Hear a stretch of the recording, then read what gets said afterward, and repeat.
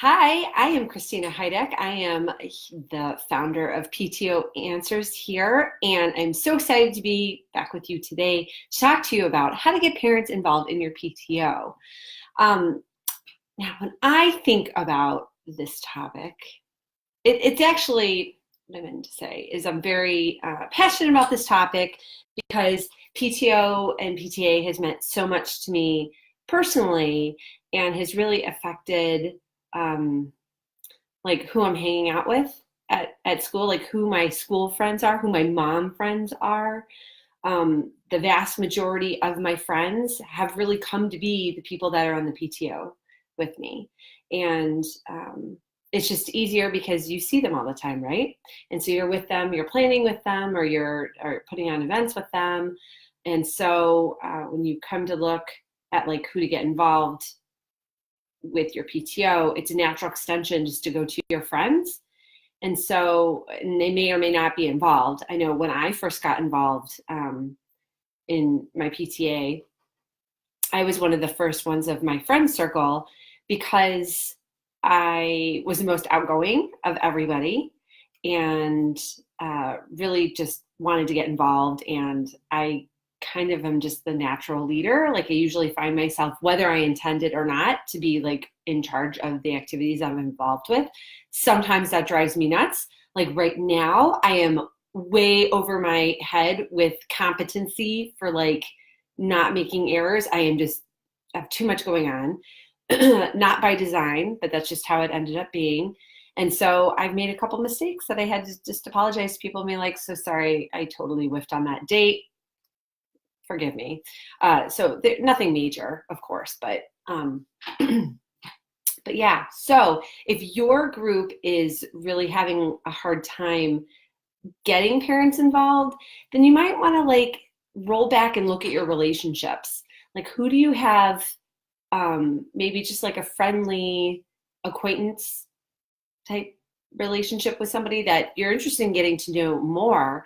Perhaps that's like the exact person that you should be reaching out to and invite them to maybe come to an event. Maybe you don't want to just start off with the big ask for the volunteering of their time. I think getting someone just to come to an event that they weren't already going to maybe attend is like a great first step. Because then you're not really playing into the stereotype that PTOs are nothing but a volunteer black hole and that all of your time is going to get sucked out. So I would highly suggest starting with that. If you really do need volunteers, like me personally, for my two PTA positions, I kind of need volunteers bad. And so I am looking at what I can do to get volunteers. Specifically, I'm in charge of fundraising for the junior high, which entails concessions at the basketball game. And I just spent the last 2 nights there for 3 hours a day. Just that's the active time. That's not like setting up or tearing down or buying all the stuff or schlepping all the stuff in. I need some help. And so I'm going to be reaching out to the advisors for the National Junior Honor Society to see if their kiddos need some hours. But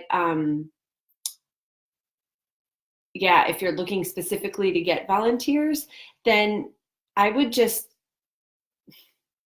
I don't know a really nice way to say this, so I'm not going to. You just have to talk to people outside of your friend group. Like if your friends aren't going to get involved with PTO, or maybe they're already involved in PTO and y'all are still struggling to get parents involved, then you're going to need to go and talk with other people because that has worked for me 100% of the time. And I guess that goes back to what I was saying at the beginning is all of our relationships in PTA and PTO or all of the, I shouldn't say the relationships, I'm saying this out of order. Everything is based on relationships. Do you know what I mean? Like half the time you're doing something for someone because you like them, not maybe because you don't really want to do that volunteer thing, but you're like, oh, I love Stephanie, so I will do anything for Stephanie. Like, in fact, I have a Stephanie in my life that I will do anything for her. She has been PTA president at every single PTA she's been involved in. She's the school board member and has been president of the school board a couple times. And she's just a fantastic person. And I personally will do anything for Stephanie because I love her. Anything she asks me to do, I will do even if I'm busy because I love Stephanie and I just think the world of her. And so you need to get other people on your team, but it's not like Stephanie and I, like when I first met her, I wasn't feeling that way about her. Like it's a relationship that's evolved over the last 9 years that I've known her. So look at other people, look at other parents in that way. Just to start just being a friend with them. I can't overstate how common that is. I mean, you'll do more for your friends than you will anybody else. You'll do more for a new friend, even more so. So go out there and get some new relationships. It'll help you personally, and then will also help your PTO. But I think too many PTOs make the mistake of just putting out a volunteer request, or even just like a meeting notice just by like email, and maybe they're also putting that on Facebook, and maybe they're also tagging their friends, and there's like maybe a morning announcement and maybe a flyer that goes home and something posted around school. But a lot of PTOs aren't taking that next step, and that is to like personally extend an invitation to individual parents. They will feel so special, you guys. Like they will love this. So just think about it. If someone personally invited you to something, don't you feel more of an obligation to go? Doesn't that make you feel good? Heck yeah. So you want to pass that along, because PTO is great. It does great things for the students in the school, and it does great things for the leaders too. But it only works when we have enough volunteers to do everything, right? So to get those, you're really going to have to go out and just make it really personal. That's like my best advice. So I don't see that I have any questions. I'm trying to think if I have anything else to say on this topic, but really, gotta say that's it. That is it. If you're looking for more volunteers, or to get parents involved.